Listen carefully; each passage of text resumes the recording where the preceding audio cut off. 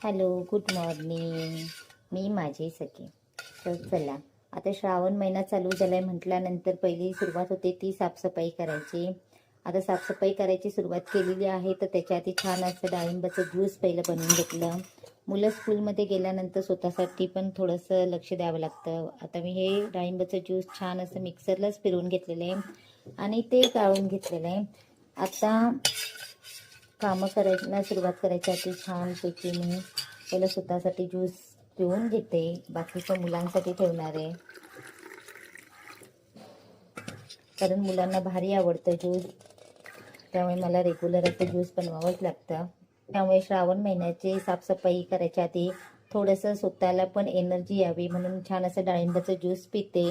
इकडे तर कामं चालूच आहेत, जेवण वगैरे चालूच आहे आणि हा एवढा पसारा आहेच. साफसफाई म्हणजे काय, तर हे आम्ही पावसाळ्यामध्ये खास महिन्याचा असं किराणा भरून ठेवलेला असतो. खूप सारं म्हणजे इथे फिनेलच्या बॉटल, त्याचं लिक्विड आहे किंवा इतर सगळं मी सामान हे 4-5 महिन्याचं भरलेलं असतं एकदाच, कारण पावसाळ्यामध्ये सारखं सारखं मार्केटला जायची इच्छा पण होत नाही. त्यामुळे हे सगळं भरून ठेवलेलं असतं. ते पहिलं रॅक मी खाली केलं आहे आणि तो रॅक मला स्वच्छ धुवून मग पुन्हा हे सगळं साबण आणि हे जे छान लिक्विड वगैरे त्याच्या बॉटल त्या मला सेट करून ठेवायच्या आहेत. त्याच्यानंतर मग आपल्याला पडदे वगैरे आणि सोप्याचे कवर वगैरे काढून स्वच्छ धुवायचे. ही सुरुवात आपल्याला छान अशी करायची आहे. म्हणजे पहिला आठवडा आपलं कसं सुरुवातीलाच पहिल्या दिवशी आपण पहिलं सगळं साफसफाई करून घ्यायची रूमची आणि त्याच्यानंतर मग भांडी वगैरे घासून घ्यायची. कारण ह्याच आठवड्यामध्ये माहेरचा पण बड्डे येणार आहे, त्यामुळे ही साफसफाई पण माझी होऊन जाईल. हे सगळं मी भरण्यासाठी इथे एक रॅकेट आहे, त्याच्यामध्ये मी छान असं सगळं सेट करून ठेवणार आहे व्यवस्थित. कसं काय बसतंय ते बघते.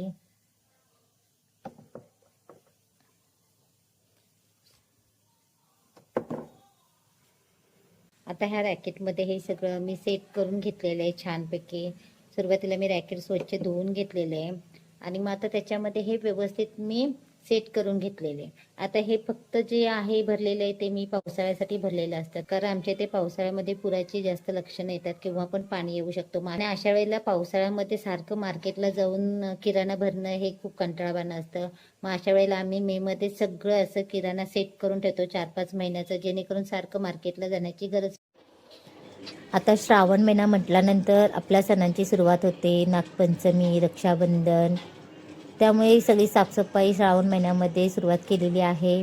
आणि श्रावण महिन्यात माहेरचा बड्डे येतो, शिवाय आमच्या घरात बहुतेकांचे बड्डे ह्याच आठवड्यामध्ये असतात, त्यामुळे सगळी साफसफाई पण होऊन जाते. आता सगळी साफसफाई तर अर्धी झालेली आहे. खिडक्यांचे पडदे वगैरे काढून झालेले आहेत. आता ते लगेच वॉशिंग मशीनला लावलेले आहेत. आता इकडे लगेच मला ऑर्डरची तयारी पण करायची आहे. त्यासाठी मी पोहा, चिवडा आणि ड्रायफ्रूट्स लाडूसाठी जेवढे काही साहित्य लागणार आहे ते मार्केटमधून मिस्टर घेऊनच आलेले आहेत. आता तोपर्यंत इकडे वॉशिंग मशीन लावले, तोपर्यंत मी लगेच इकडे ऑर्डरची पण तयारी करते. साफसफाई करून झालेली आहे. लगेच आज मला ऑर्डर आलेली आहे ड्रायफ्रूट्स लाडूची, ती लगेच तयारी करायला घेतलेली आहे. ड्रायफ्रूट्स लाडूच्या व्यतिरिक्त इकडे मला पोहा चिवड्याची पण ऑर्डर आलेली आहे. त्यामुळे काय झालंय, शेंगदाणे वगैरे भाजलेले नाही आहेत. आता पहिले शेंगदाणे छान असे भाजून घेणार आहे आणि मग पोहा चिवडा पण करायचा आहे. इकडे मी लाडूची तयारी करायला घेतलेली आहे. आता तुम्ही ह्याच्यामध्ये जो व्हाईट कलर दिसतोय तो गुळाचा कलर आहे. म्हणजे ह्याच्या आधी जो आपण गुळ वापरत होतो तो येलो येलो कलर दिसायचा. मग तुकाराम मुंडेंनी जसं आदेश काढले की फूड कलर वगैरे यूज करायचं नाही. इकडे लाडूची तयारी चाललेली आहे. आता लाडू बनवता बनवता मला एक माहीर छान असं बोलून गेला. मी त्याला आज टिफिनमध्ये लाडू दिलेला होता आणि त्या लाडूमध्ये चुकून माझ्याकडून खजूरची बी राहिलेली होती आणि तो घरी आल्याला मला बोलला, मम्मा अगं मला लाडूमध्ये खजूरची बी भेटली. तर मी पटकन त्याला बोलले, अरे बापरे सॉरी हा. पण त्याने मला सहज कसं बोलला, तो बोलून गेला, मम्मा कस्टमरच्या लाडूमध्ये जर बी गेली असतील तर कस्टमर आपल्याला नावं ठेवतील ना. मग हेच वाक्य मी त्याला रिपीट करायला लावलं. म्हणजे काय माहीत काय बोलतेस तू हे. हो मम्मा, अगं कस्टमरच्या लाडूमध्ये जर बी गेली तर कस्टमर आपल्यावरती नाराज होतील ना.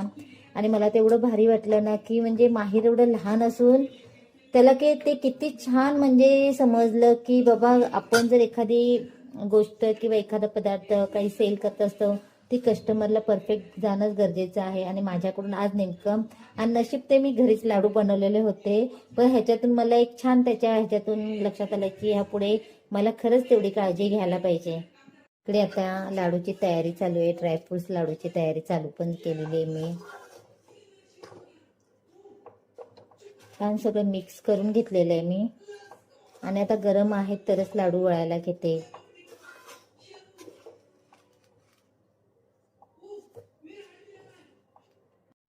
ड्रायफ्रुट्सचे लाडू तर आपले रेडी झालेले आहेत. आता लगेच मी पोहे भाजायला घेतलेले आहेत आणि छान आता पोहा चिवडा पण मी रेडी करते.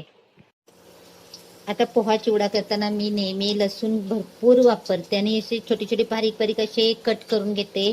त्यामुळे लसूण पण छान तेलात तळे जाते आणि खूप सारा कढीपत्ता टाकतो, कारण कढीपत्त्याचा फ्लेवर ना पोहा चिवड्यामध्ये एकदम छान लागतं. तो वास पण छान येतो त्याचा.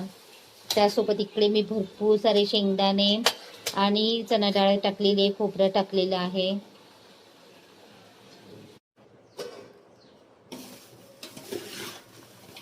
इकडे पातळ पोहा चिवडा पण मी रेडी केलेला आहे. आता हे थोडा वेळ थंड होऊ देणार आहे, नंतरच पॅकिंग करणार आहे. आजच्या ऑर्डर पण आपल्या रेडी झालेल्या आहे. इथे पोहा चिवडा पण रेडी झालेला आहे आणि ड्रायफ्रुट्स लाडू पण रेडी झालेले आहेत. आता हे पॅकिंग करते, पण नेमकं काय झालं, पॅकिंग करायला घेतल्याने लक्षात आलं की लाडूचे जे कंटेनर आहेत ते संपलेले आहेत. मग आता लगेच कस्टमरला कॉल करून विचारलं की तुम्हाला कॅरी बॅगमध्ये दिलं तर चालेल का, नंतर तुम्ही लगेच ते काढून ठेवा एका डब्यामध्ये वगैरे. मग कस्टमरने सांगितलं ठीक आहे चालेल म्हणून. आता हे छानपैकी पॅकिंग करून घेते मी. आता दुसऱ्या दिवशी आम्ही फार्म हाऊसला गेलो, कारण बरेच दिवस झाले फार्म हाऊसला गेलो नव्हतं. मस्त वाटतं नाही बघा.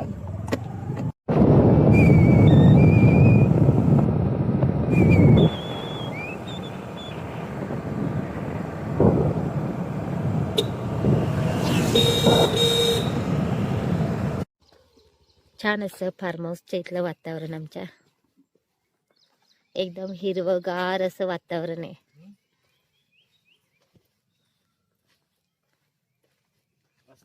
हे माहितीये काय, हे लहानपणी आम्ही काय करायचं माहितीये, ह्याची सगळी अशी पानं काढायचं आणि मेहंदीच्या झाडाची पानं असायची ना त्याच्यामध्ये हे मिक्स करून वाटायचं, मग हाताला कलर यायचा.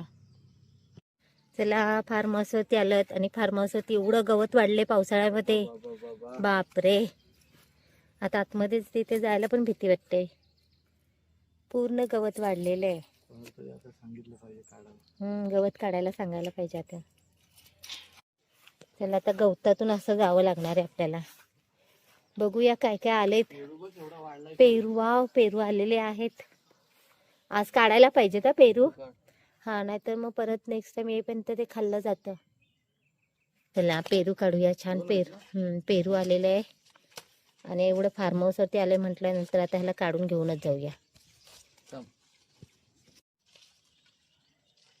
ते पण घेऊन जाऊया, नाहीतर मग तो ना पुन्हा आपण येईपर्यंत पक्षी खाऊन जाते.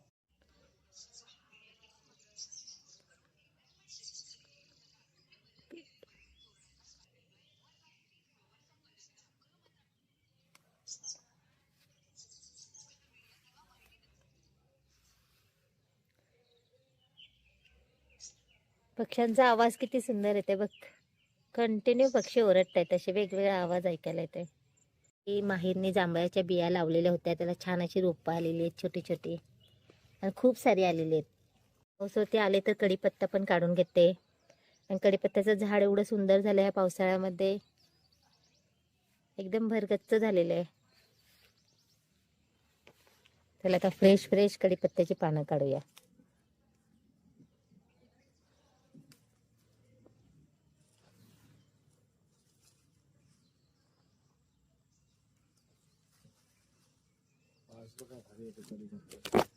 हा वास मस्तच आहे.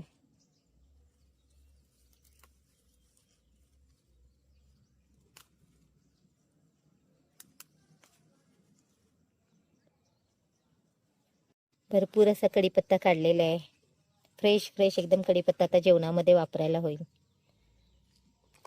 ऊन आणि पाऊस चालू झालेला आहे बघा. श्रावण महिना म्हटल्यानंतर ऊन आणि पाऊस असं दोन्ही चालू होतं एकाच टायमाला.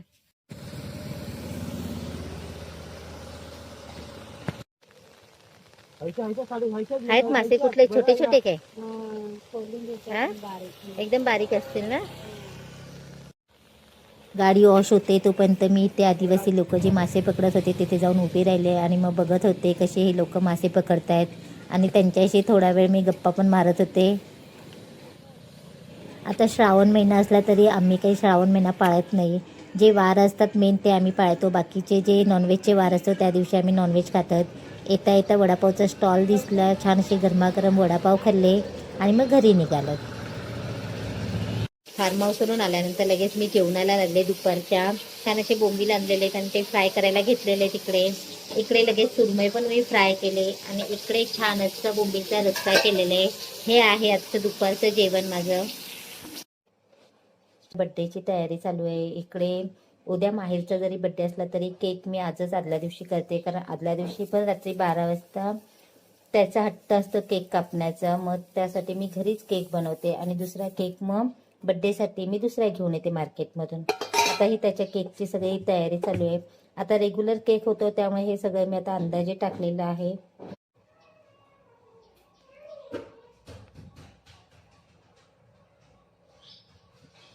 छान असा माहेरचा बड्डेचा केक पण रेडी झालेला आहे. आता हा मी रात्री 12 वाजता कापणार आहे आणि उद्यासाठी त्याच्यासाठी त्याच्या आवडीचा असं केक घेऊन येणार.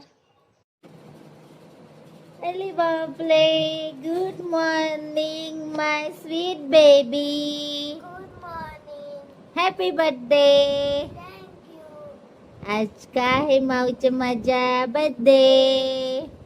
वा वा वा. चला उठा, चला लवकर आता. सगळं आवरलं, देवपूजा वगैरे केली. छान असं बोलले नैवेद्याला काहीतरी गोड करूया. श्रावण महिना चालू झाला म्हणजे आपले सण चालू होतात. तर म्हटलं चला सण चालू झाले तर काहीतरी गोड झालंच पाहिजे. आणि आता घरामध्ये नारळ होते, म्हटलं चला नारळ घरामध्ये आहेत तर आपण गोड करायचं तर म्हटलं तर मोदकच करूया. आणि आता ही इकडे मोदकसाठी जे सारण लागतं त्याची मी इथे तयारी करते. घरातली कामं आवरून झाली आणि मग म्हटलं चला आपल्या इथे महाडमध्ये विरेश्वर मंदिर आहे तिथे जाऊन आले. तसंच दत्त मंदिर आहे तिथे पण आम्ही लगेच पाया पडून आलो, कारण आज माहेरचा वाढदिवस होता. म्हटल्यानंतर दिवसाची सुरुवात बोलल्याशी छान ईश्वराच्या आशीर्वादानेच झाली पाहिजे. त्यामुळे मी आणि माहेरचे पप्पा असे दोघे मिळून आम्ही मंदिरात गेलो आणि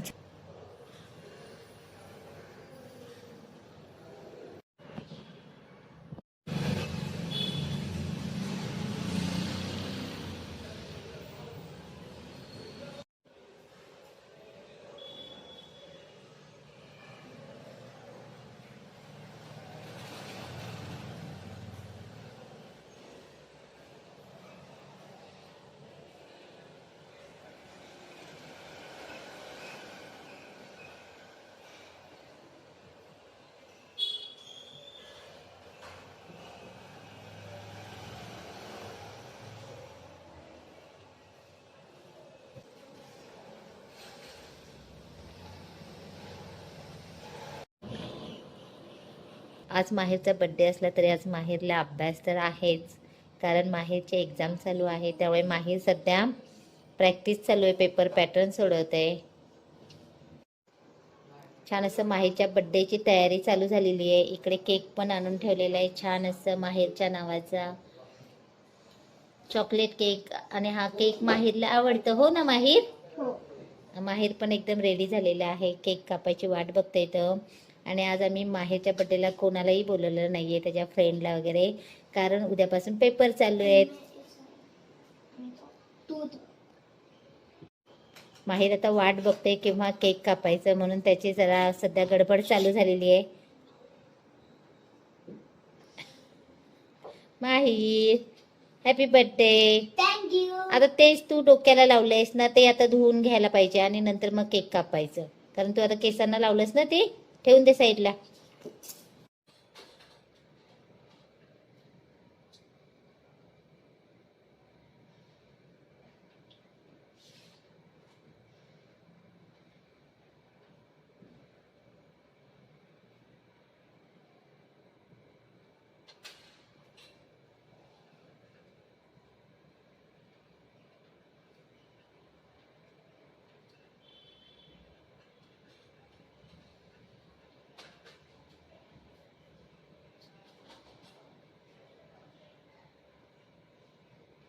happy birthday Mau.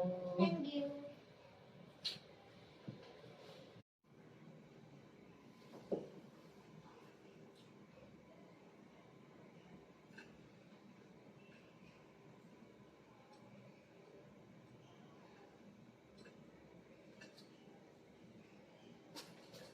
Happy birthday. Thank you. I love you. Happy birthday to you. Happy birthday to you. Happy birthday dear Mahi. Happy birthday to you. Happy birthday Mau. Thank you. थोडाच का थोडाच का.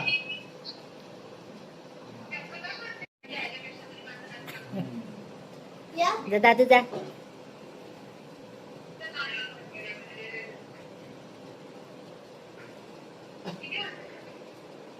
हे काढतो ते. हो बा.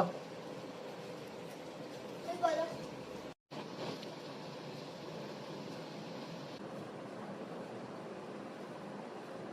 Happy birthday. Thank